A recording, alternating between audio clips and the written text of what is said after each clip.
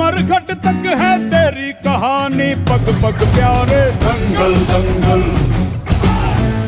चलिए निमसेट के एक और टॉपर से मिलते हैं, कुंज अरोरा से, जिनकी ऑल इंडिया रैंक 410 है, जो कि यूपी बुलंदशहर से है। तो सबसे पहले कुंज, आपको 410 रैंक के लिए बहुत सारी शुभकामनाएं। Thank you sir.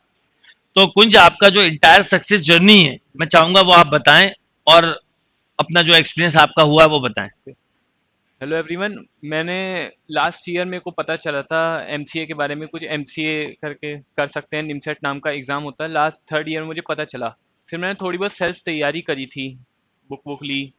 उसके बाद मैंने यूट्यूब वगैरह में सर की कोचिंग के बारे में पता चला, फिर मैंने देखा, मेडिकल कैप्सूल कोर्स फॉलो करा था पहले मैंने सर का। उससे मेरे को लगा कि हाँ, यहाँ कोचिंग में कर सकता हूँ। मैंने फिर बैच लिया सर का।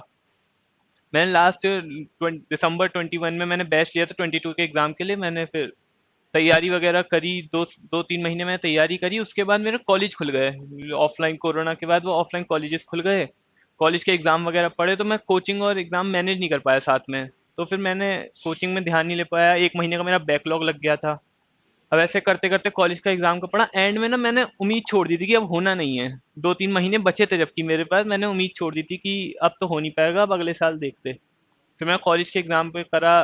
फिर मैंने निमसेट का एग्जाम दिया था, मैं लास्ट ईयर 1600 रैंक आई थी।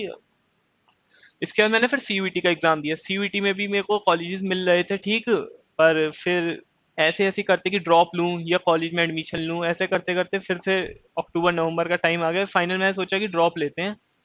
अब मैंने इस साल टेस्ट सीरीज ली थी और फिर मैं घर जाके तैयारी करी, क्योंकि पहले मैं दिल्ली में तैयारी कर रहा था दोस्तों साथ। तो वहाँ मेरी तैयारी सही से हो नहीं पा रही थी, दोस्तों साथ थोड़ी हो नहीं पाती है, मजे में लगे रहते हैं।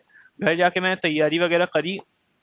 फिर मैंने दो तीन जो चीज गड़बड़ें कही थी मैंने, जैसे मैंने मॉक का एनालिसिस नहीं करे थे पहले, वो मैंने थोड़े बहुत इस साल सही से करे, टेस्ट रेगुलर दिए। और ऐसे करते करते मेरे पहले तो रैंक नहीं आती थी मॉक में, कभी 150 कभी 200, फिर लास्ट में जाते जाते 50-100 के बीच में रैंक वैंक आई। एनालिसिस करे, मटेरियल वगैरह प्रॉपर सॉल्व करा था, तो ऐसे मेरा फिर हुआ है रैंक आई। तो कुंज, आपने बिल्कुल सही बोला। देखिए लास्ट ईयर आपके साथ, फाइनल ईयर के साथ आपका मैनेजमेंट प्रॉपर नहीं हुआ, होता तो शायद वो भी अच्छा हो हाँ, सकता उम्मीद था। छोड़ दी थी कि नहीं होगा। और उम्मीद छोड़ दी, और हाँ उम्मीद छोड़ दी तो आप अच्छा भी कर रहे हो ना। अगर आपने हाँ उम्मीद छोड़ दी तो वो चीज कभी पूरी हो ही नहीं सकती। हाँ जी। तो आप सभी बच्चों को एक बात बोलूंगा, आखिरी दिन भी हो ना, आखिरी पल भी है, तो भी किसी चीज से उम्मीद नहीं छोड़नी चाहिए। फिर एनीवे इन्होंने ड्रॉप लेके देखिए अच्छी रैंक अचीव की। अच्छा कुंज, आप स्पेशली ड्रॉपर बच्चों को हाँ और जी। अपनी लाइफ के जो भी आपके साथ हुआ उसके उससे क्या मैसेज देना चाहोगे अपने जूनियर्स को? मैं ड्रॉपर्स को यही कहूंगा कि एक तो उम्मीद मत छोड़ना एंड में, कि मेरे को भी बहुत लगा था कि इस साल नहीं हुआ तो क्या होगा, ड्रॉप लिया है वगैरह। पेरेंट्स को काफ़ी उम्मीद थी, पर पेरेंट्स ने काफ़ी सपोर्ट करा। और कभी कभी जब मेरे को डाउन फील होता तो, मेरी एक छोटी बहन है, उससे बात करके मेरा काफ़ी सही हो जाता था। और मटेरियल सॉल्व करो, टेस्ट पेपर दो, और एनालिसिस वगैरह करो। सर को मैंने फॉलो करा था। बाकी जगह मैंने एक पहले लास्ट ईयर मैंने कोचिंग ले ली थी सस्ते के चक्कर में, तो वहाँ मुझे समझ नहीं आया, 1-1.5 महीने मैंने वहाँ भी खराब करा था।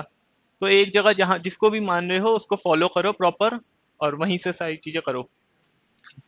तो बिल्कुल कुंज ने सही बात बोली। कुंज, अब आप ऐसे ही आगे अपने हाँ बढ़े। जी। अब आप अपने अपनी लाइफ में ये जो एक चीज हुई है, हाँ जी।